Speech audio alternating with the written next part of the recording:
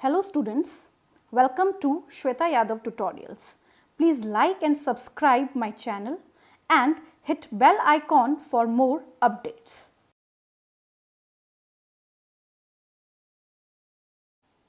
Last video में हमने पढ़ा था डिफरेंट टाइप ऑफ एंडोस्पर्म के बारे में।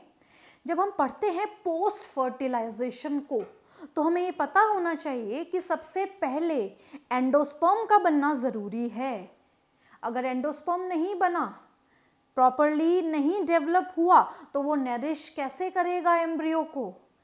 एंडोस्पर्म बनने के बाद एम्ब्रियो का डेवलपमेंट होता है और एम्ब्रियो के डेवलपमेंट के बाद ओव्यूल से सीड बनता है और ओवेरी से फ्रूट बनता है। ये सारे चेंजेस हमने पढ़े थे लास्ट क्लास में, बट वहाँ पे हमने केवल इंट्रोडक्टरी पार्ट पढ़ा था और एंडोस्पर्म का टाइप पढ़ा था। In this video, we will discuss about the development of dicot embryo. Dicot embryo का डेवलपमेंट कैसे होता है, ये टॉपिक बहुत ज़्यादा इम्पॉर्टेंट है।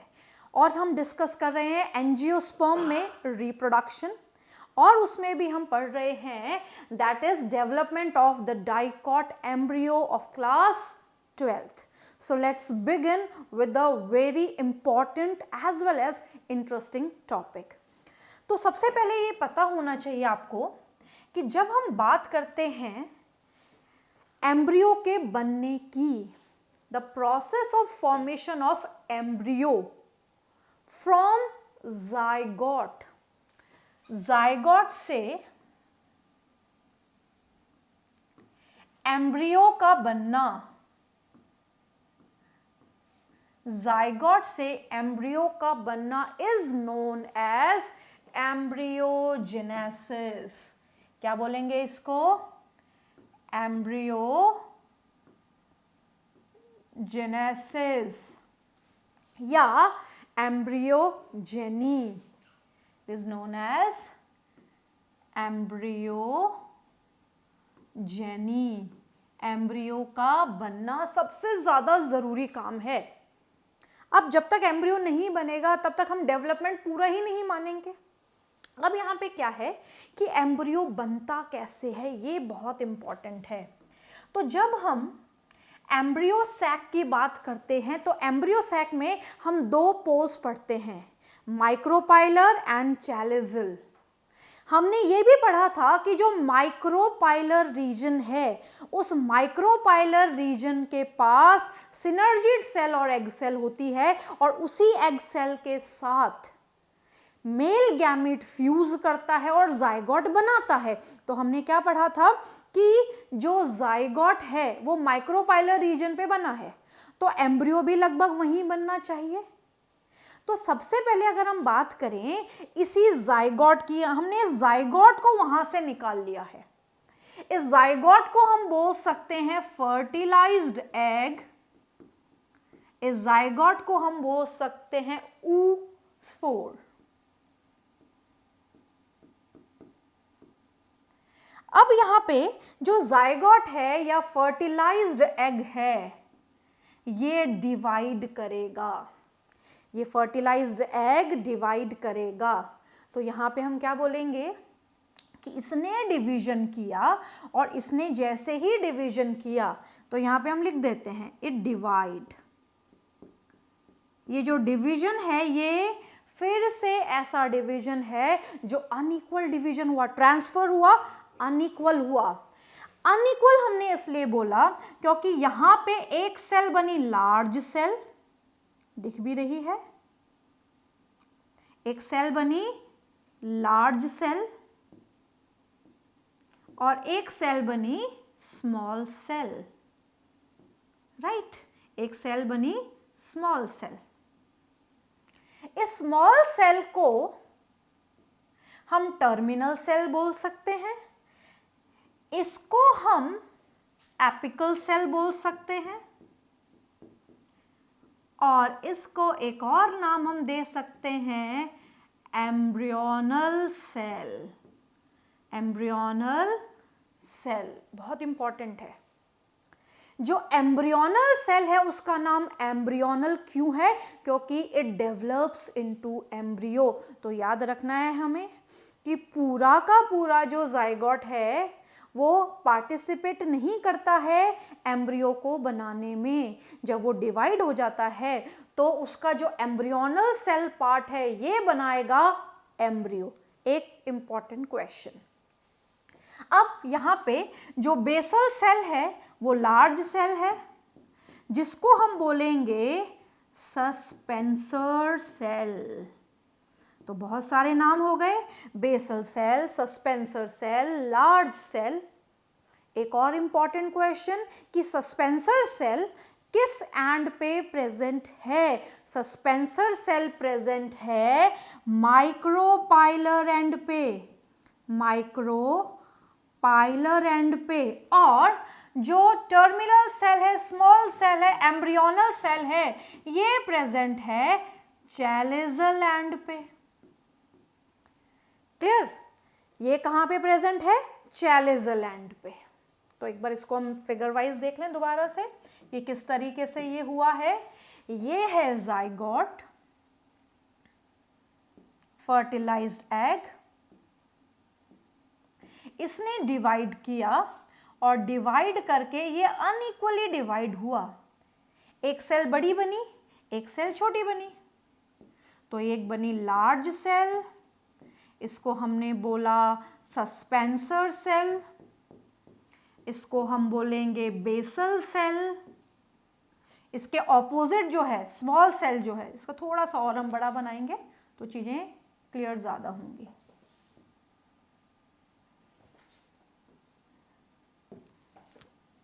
इसको और स्मॉल कर देते हैं। सो ये जो लार्ज सेल है suspensor cell, basal cell, located at micropylar end, micropylar end. मैंने एक एब्रिवेशन यूज किया M E, that is micropylar end. ये है चैलेजल एंड, ये चैलेजल रीजन। यहां पे जो स्मॉल सेल है, इस स्मॉल सेल को हम बोलेंगे टर्मिनल सेल, एपिकल सेल,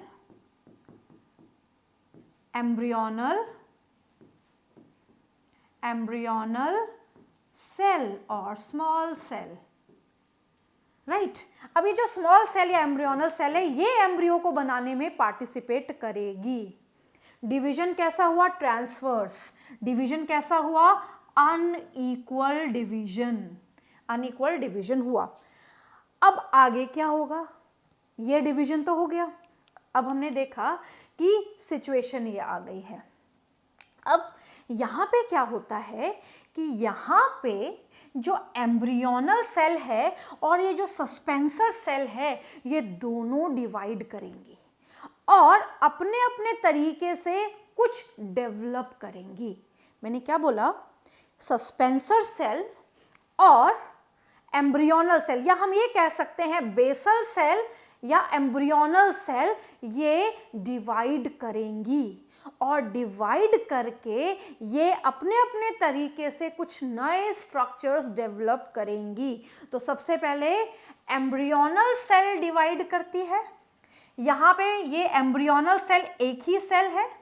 जब ये डिवाइड करती है तो ये डिवाइड करके 2 सेल स्टेज, 8 सेल स्टेज तक आ जाती है। 2 cell stage, 4 cell stage, 8 cell stage तक आ गई। एम्ब्रियोनल सेल 8 सेल स्टेज तक आ जाती है। क्लियर? बाकी बची हुई सस्पेंसर सेल, ये बहुत इंपॉर्टेंट है।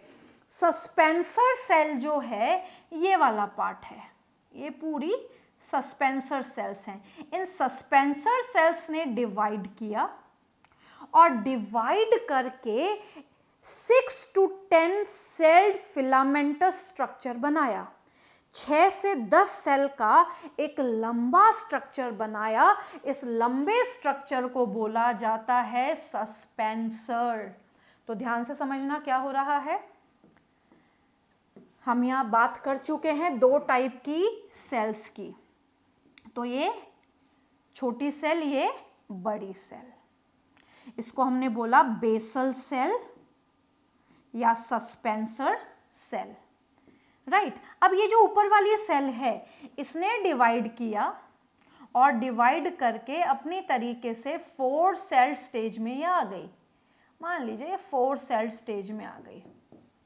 नीचे जो सस्पेंसर सेल थी, इसने लगातार ट्रांसफर डिवीजन किया और डिवीजन करके 6 to 10 सेल्ड स्टेज सस्पेंसर बनाया, सस्पेंसर को बनाया। क्लियर है? ये पूरा सस्पेंसर है। इस नीचे वाली सेल को हम बोलते हैं बेसल सेल। क्या बनाया इसने? लंबा सा एक ऐसा स्ट्रक्चर बनाया, उस लंबे से स्ट्रक्चर को बनाने वाली सस्पेंसर सेल थी। सस्पेंसर सेल या बेसल सेल डिवाइड कर गई और डिवाइड करके उन्होंने एक लंबा पतला स्ट्रक्चर बना लिया, यानी कि बहुत सारी सेल्स इकट्ठी हो गई, एक के नीचे एक लंबा फिलामेंटस स्ट्रक्चर बना लिया।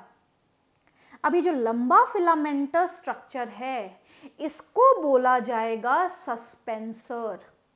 सो we can say that the suspensor cell और the basal cells divide. Division कैसा हुआ? ट्रांसवर्स।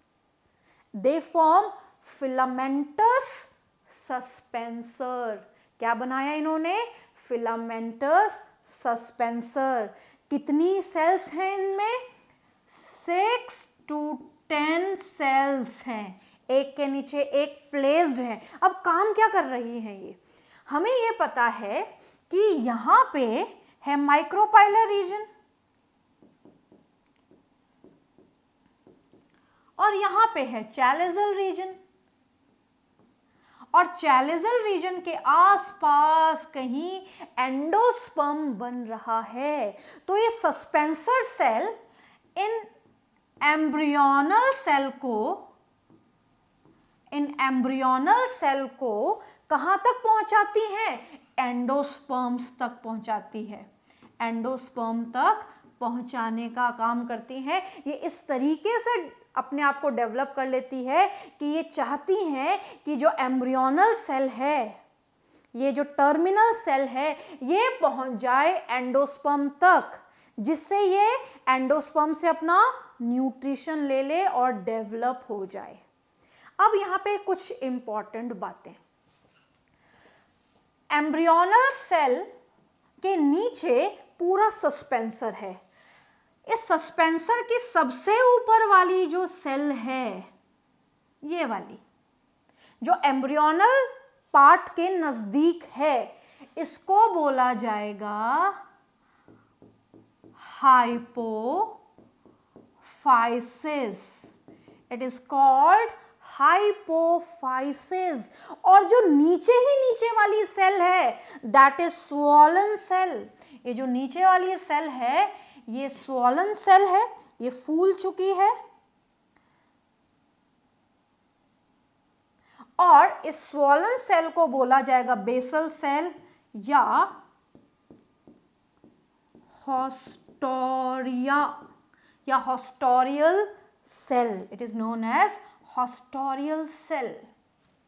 छोटी छोटी बहुत सारी बातें हैं, सारी बातें बहुत इंपॉर्टेंट हैं।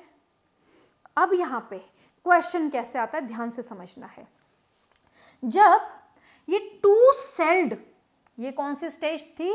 टू सेल्ड स्टेज थी। इस टू सेल्ड स्टेज में ऊपर थी एम्ब्रियोनल सेल, नीचे थी सस्पेंसर सेल।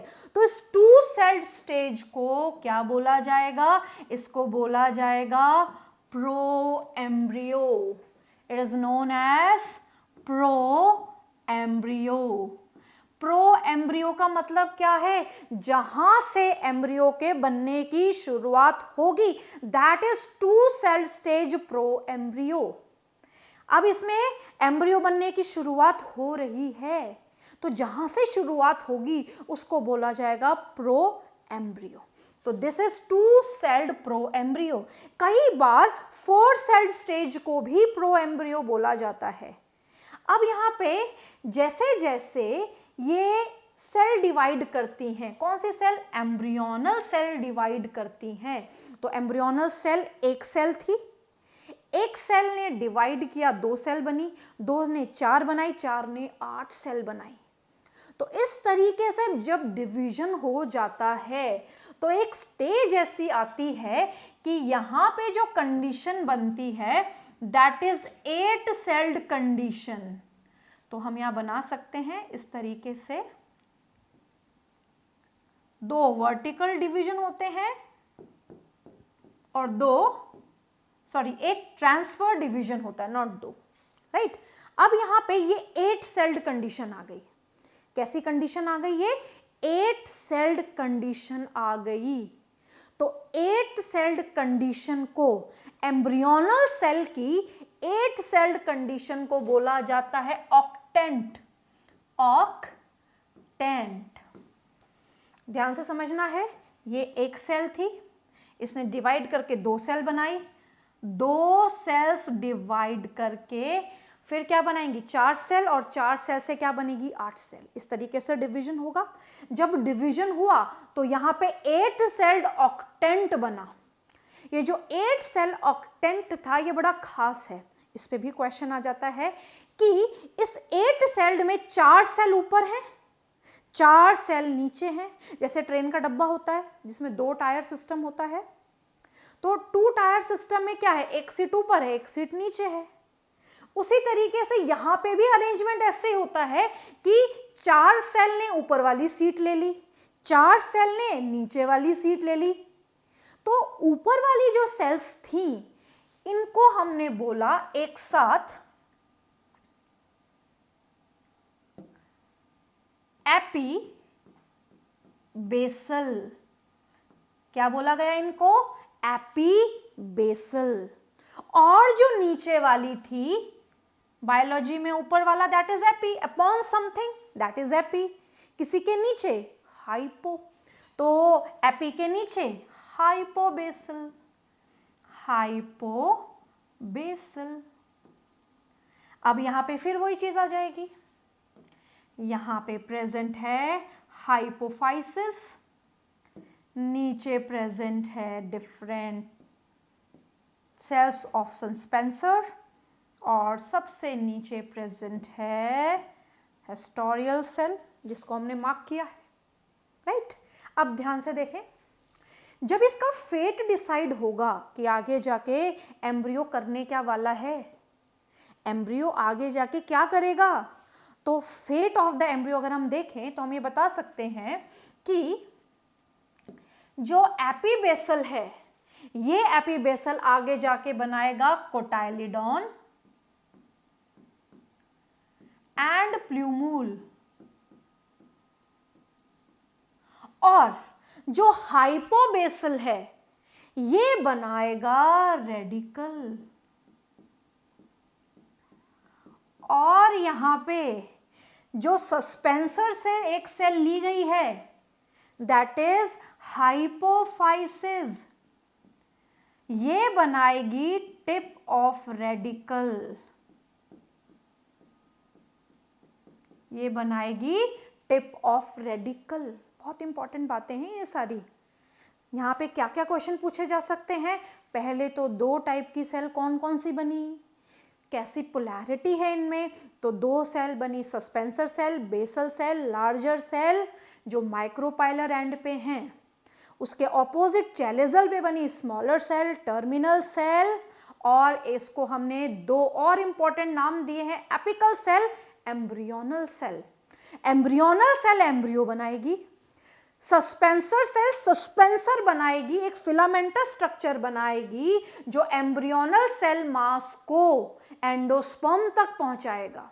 बट यहाँ पे जो सस्पेंसर सेल की या पूरे सस्पेंसर की ऊपर और नीचे वाली सेल है ये बड़ी खास है। सबसे ऊपर वाली जो एम्ब्रियोनल के नजदीक है दैट इज हाइपोफाइसिस, जो सबसे निचली है दैट इज बेसल सेल और हॉस्टोरियल सेल या हॉस्टोरिया भी बोल सकते हैं। यहां पे एम्ब्रियोनल सेल ने कहा कि हाइपोफाइसिस की थोड़ी सी आप हमें हेल्प दे दो, जिससे जो एम्ब्रियोनिक डेवलपमेंट होगा उस एम्ब्रियोनिक डेवलपमेंट में जो रूट बनाने का काम है, रूट की टिप को बनाने का काम है, वो हमारा फुलफिल हो जाएगा। तो हाइपोफाइसिस आगे जाके रूट की टिप बनाने का काम करती है डाइकॉट में। रूट को बनाने का काम करेगी हाइपोबेसल। रूट के ऊपर प्लांट में क्या उगता है? प्लूमूल, कोटाइलिडॉन से प्लूमूल और रेडिकल निकलता है, बट बेसिकली प्लूमूल। तो प्लूमूल को बनाने का काम कौन करेगी? प्लूमूल को बनाने का बेसिकली यहां पे काम करेगी एपीबेसल। कौन करेगी? एपीबेसल। वहां पे कोटाइलिडॉन ना ध्यान रहे, कोई बात नहीं, प्लूमूल हमें याद रखना है। प्लूमूल क्या है? जो फ्यूचर में शूट बनने वाली है, पहली शूट या फ्यूचर शूट जो बनने वाली है, that is plumule. Future root that is radicle, R for root, R for radicle, right. तो ये सारी चीजें डेवलप हो गई। अब यहाँ पे 8 सेल्ड कंडीशन को भी हमने बता दिया, ऑक्टेंट बोला जाता है। तो सबसे पहले अगर हम देखें इस डायग्राम में, तो यहाँ पे 2 सेल्ड प्रो एम्ब्रियो बना, उसके बाद में 4 सेल्ड प्रो एम्ब्रियो बना। अब जो एम्ब्रियोनल सेल हैं ये बहुत ही खास हैं, इन्होंने ऑक्टेंट बनाया और आगे जाके ये डिवाइड करती जा रही हैं, और इन्होंने ग्लोब्यूलर एम्ब्रियो बनाया। तो इसमें सीक्वेंस हमें कैसे याद रखनी है? 2 sailed embryo stage, 4 sailed embryo stage, 8 sailed embryo stage, जिसको बोला जाता है ऑक्टेंट। ऑक्टेंट के बाद एम्ब्रियोनल सेल अब डिवीजन से रुकती नहीं है, इन्हें अपने ऊपर कॉन्फिडेंस आ जाता है कि नहीं, हम तो डिवाइड कर सकते हैं। ये एंडोस्पर्म के नजदीक जाने लगती है, वहां से न्यूट्रिशन लेने लगती हैं, और न्यूट्रिशन लेते लेते यहां पे एक मास बना लेती हैं, जिसको बोला जाता है ग्लोब्यूलर एम्ब्रियो। ये है एम्ब्रियोनल मास, और इसको ही हम बोलते हैं ग्लोब्यूलर एम्ब्रियो। ये सस्पेंसर की सबसे ऊपर वाली सेल हाइपोफाइसिस, और सबसे नीचे वाली बेसल सेल या हॉस्टोरियल सेल। बीच में जो सेल हैं इनको सभी को हमने बोला है सस्पेंसर। अब यहाँ पे अगर हम देखें इसको एक फिगर में कैसा दिखाई देगा हमें ये, तो यहाँ पे यह है एम्ब्रियोनल मास, ये है हाइपोफाइसिस, ये है सस्पेंसर, और ये है सबसे नीचे वाली बेसल सेल, और ये न्यूट्रिशन देने वाला एंडोस्पर्म। अब यहाँ पे क्या हुआ? ग्लोब्यूलर एम्ब्रियो बन गया। अब ग्लोब्यूलर एम्ब्रियो जो है वो हमेशा नहीं चल सकता। डाइकॉट प्लांट हम पढ़ रहे हैं, और डाइकॉट में क्या होता है? 2 कोटाइलिडॉन होती हैं। डाइकॉट में क्या होता है? 2 कोटाइलिडॉन होती है। तो कोटाइलिडॉन बनाने के लिए जो एम्ब्रियोनल सेल है उनको अपने अंदर एक एक्सेस बनाना पड़ता है, जिसको हम बोलते हैं एम्ब्रियोनल एक्सेस। तो एम्ब्रियोनल एक्सेस बनाने के लिए यहाँ पे एक डिप्रेशन आ जाता है, राइट। यहाँ पे एक डिप्रेशन या ग्रूव बनता है। जैसे ही डिप्रेशन और ग्रूव बनता है एम्ब्रियोनल सेल्स में, एम्ब्रियोनल सेल मास में, ये एम्ब्रियोनल सेल मास है, इस एम्ब्रियोनल सेल मास में जैसे एक ग्रूव बन जाता है, एक डिप्रेशन बन जाता है, तो शेप ऑफ द एम्ब्रियो कैसी हो जाती है? Heart shape. Shape of the embryo will become heart shape. तो यहां पे फिर वही, ये एम्ब्रियोनल सेल मास, उसके नीचे हाइपोफाइसिस, नीचे suspensor. This shape of the embryo is called heart shaped embryo. क्या है? इसको बोलेंगे हार्ट शेप्ड एम्ब्रियो। अब हमने क्या देखा कि अब ये जो एम्ब्रियोनल सेल मास है ये डिवीजन से बिल्कुल भी नहीं रुकता है, ये लगातार डिवाइड करता जाता है, लगातार कंटिन्यूअसली डिवाइड करता जाता है, और कोटिलिडॉन बन जाती हैं। क्या बन जाती हैं? कोटिलिडॉन। डाइकॉट में कितनी कोटिलिडॉन्स होती हैं? 2 कोटिलिडॉन, इसीलिए हम इसको क्या बोलते हैं? डाइकॉट। अब ध्यान देने वाली बात क्या है कि जो एम्ब्रियोनल एक्सेस है, एम्ब्रियोनल एक्सेस क्या है? It is a axis between the plumule and the radicle. Plumule और रेडिकल के बीच का एक्सेस। इस एक्सेस और ग्रूव में हमने देखा कि कब बना? जब 2 कोटिलिडॉन बनानी थी तब बन गया था, हार्ट शेप एम्ब्रियो में।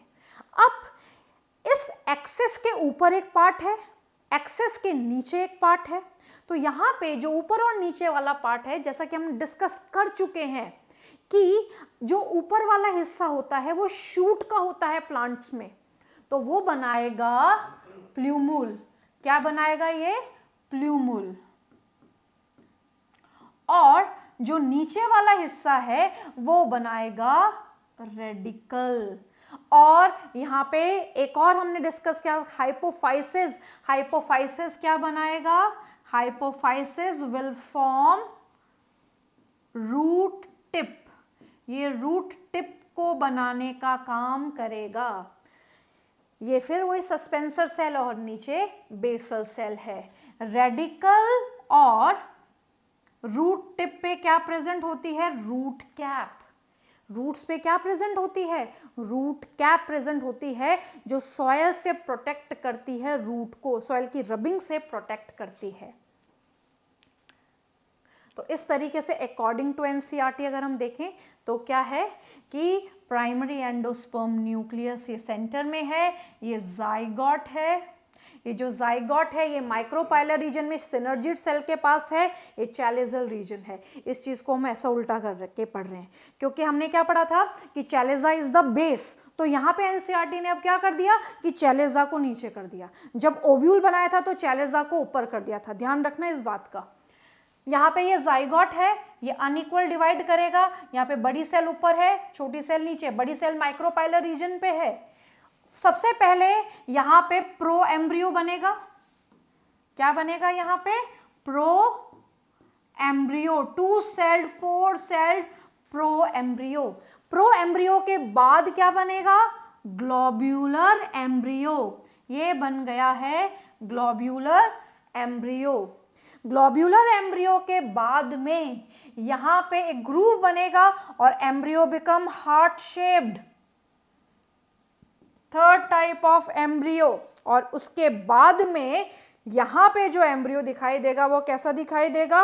यहां पे ये सस्पेंसर सेल है, यहाँ पे रेडिकल भी हमें दिखाई दे रही है, ग्रूव बनने के बाद कोटाइलिडॉन भी दिखाई दे रही है और प्ल्यूमूल भी दिखाई दे रही है। So this one is the प्ल्यूमूल, this part forms the radicle and these are 2 cotyledon. This is cotyledon 1, this is cotyledon 2. तो यहाँ पे दोनों के बीच में क्या प्रेजेंट है? एम्ब्रियोनिक एक्सेस प्रेजेंट है। क्लियर? तो यहाँ पे हमने क्या देखा? ये कोटाइलिडॉन है। एनसीईआरटी का एक और इंपॉर्टेंट फिगर, ये कोटाइलिडॉन है दोनों। ये वाला पार्ट कोटाइलिडॉन है और this part is also cotyledon. I take some other pen. So this is cotyledon, ये एक कोटाइलिडॉन है, ये भी एक कोटाइलिडॉन है। ये 2 कोटाइलिडॉन हो गए, this one and this one. ये दोनों कोटाइलिडॉन है। तो ये सीड कैसा हो गया? Dicot, dicot. क्लियर? अब ध्यान रखने वाली बात क्या है कि जो कोटाइलिडॉन के ऊपर वाला हिस्सा है, अबव द कोटाइलिडॉन, कोटाइलिडॉन के ऊपर, तो ऊपर वाले हिस्से को हम बोलेंगे एपीकोटाइल। एपीकोटाइल, कोटाइलिडॉन के ऊपर, कोटाइलिडॉन के ऊपर क्या बनेगा? कोटाइलिडॉन के ऊपर से क्या निकलेगा? जब एक बीज को देखेंगे, साधारण से अगर हम बीज को जर्मिनेट करते हैं, मान लीजिए एक चने के बीज को हम जर्मिनेट करते हैं, राइट? ये हमने सीड जर्मिनेट कर दिया। तो जर्मिनेशन पे हमें क्या दिखाई देगा? जर्मिनेशन पे हमें दिखाई देगा कि सबसे ऊपर की तरफ एक जाता हुआ पतला सा स्ट्रक्चर और उससे पहले जमीन में बन चुकी हैं रूट्स। तो जो जमीन में रूट जा रही हैं, These are radical, ये रेडिकल हैं। और जो ऊपर जा रही है ये प्ल्यूमूल है। तो ये प्ल्यूमूल बनाएगी शूट और रेडिकल बनाएगी रूट। और अगर आपसे कोई क्वेश्चन पूछ ले कि ड्यूरिंग जर्मिनेशन पहले क्या बनता है? रूट्स। पहले रूट का इनिशिएशन होता है, उसके बाद में शूट का इनिशिएशन होता है। तो यहाँ पे हमने क्या देखा? ये दोनों क्या है? कोटाइलिडॉन। ये दोनों क्या है? Cotyledon. This is cotyledon both. तो इसको हमने बोला डाइकॉट। तो ये भी डाइकॉट ही पढ़ रहे हैं हम। तो इस डाइकॉट में कोटाइलिडॉन के ऊपर वाला हिस्सा एपीकोटाइल, कोटाइलिडॉन के नीचे वाला हिस्सा हाइपोकोटाइल। कोटाइलिडॉन के नीचे वाला हिस्सा हाइपोकोटाइल। एपिकोटाइल, या एक्सेस से भी हम इसको डिफाइन कर सकते हैं। अब ये जो एपिकोटाइल है ये आगे जाके प्ल्यूमूल बनाएगा। एपिकोटाइल ऊपर की तरफ के हिस्से को बनाएगा। एपी का मतलब होता है ऊपर, हाइपो का मतलब होता है नीचे, और हाइपोकोटाइल क्या बनाएगा? रेडिकल। हाइपोकोटाइल क्या बनाएगा? रेडिकल। तो हम यहाँ देख सकते हैं, लिख भी सकते हैं कि यहाँ पे जो प्ल्यूमूल है इसको बनाने वाला है एपिकोटाइल और रेडिकल को बनाने वाला है हाइपोकोटाइल। अब हर रूट के ऊपर रूट कैप होती है, नेचुरली इस रूट कैप को बनाने का काम भी होगा, अदरवाइज ये रबिंग से खत्म हो जाएगा। सो this is all about the dicot embryonic development, की डाइकॉट में एम्ब्रियोनिक डेवलपमेंट कैसे होता है। अब कुछ छोटे छोटे इंपॉर्टेंट क्वेश्चन, जब हम कैप्सुला की बात करते हैं तो कैप्सुला जो है उसका जो ओव्यूल होता है वो कर्व्ड शेप होता है, इसीलिए उसका एम्ब्रियो भी कर्व्ड शेप होता है, जिसको हम कहते हैं टॉर्पीडो, टॉर्पीडो एम्ब्रियो। तो कैप्सुला में टॉर्पीडो एम्ब्रियो देखने को मिलता है। जब हम एक टिपिकल डाइकॉट की बात करते हैं तो टिपिकल डाइकॉट में सबसे इंपॉर्टेंट क्या होता है एम्ब्रियो में? टिपिकल डाइकॉट के एम्ब्रियो में दो चीजें होंगी, एक तो होगी कोटाइलिडॉन और एक होगी एम्ब्रियोनिक एक्सिस, और इसी को ही हम बोलेंगे typical embryo of the dicot. यही टिपिकल एम्ब्रियो होता है डाइकॉट का, और यहाँ पे इस टिपिकल एम्ब्रियो को हम पढ़ चुके हैं, और प्ल्यूमूल और रेडिकल कैसे बनती है इसको भी हम डिस्कस कर चुके हैं। So this is all about the dicotyledon embryo.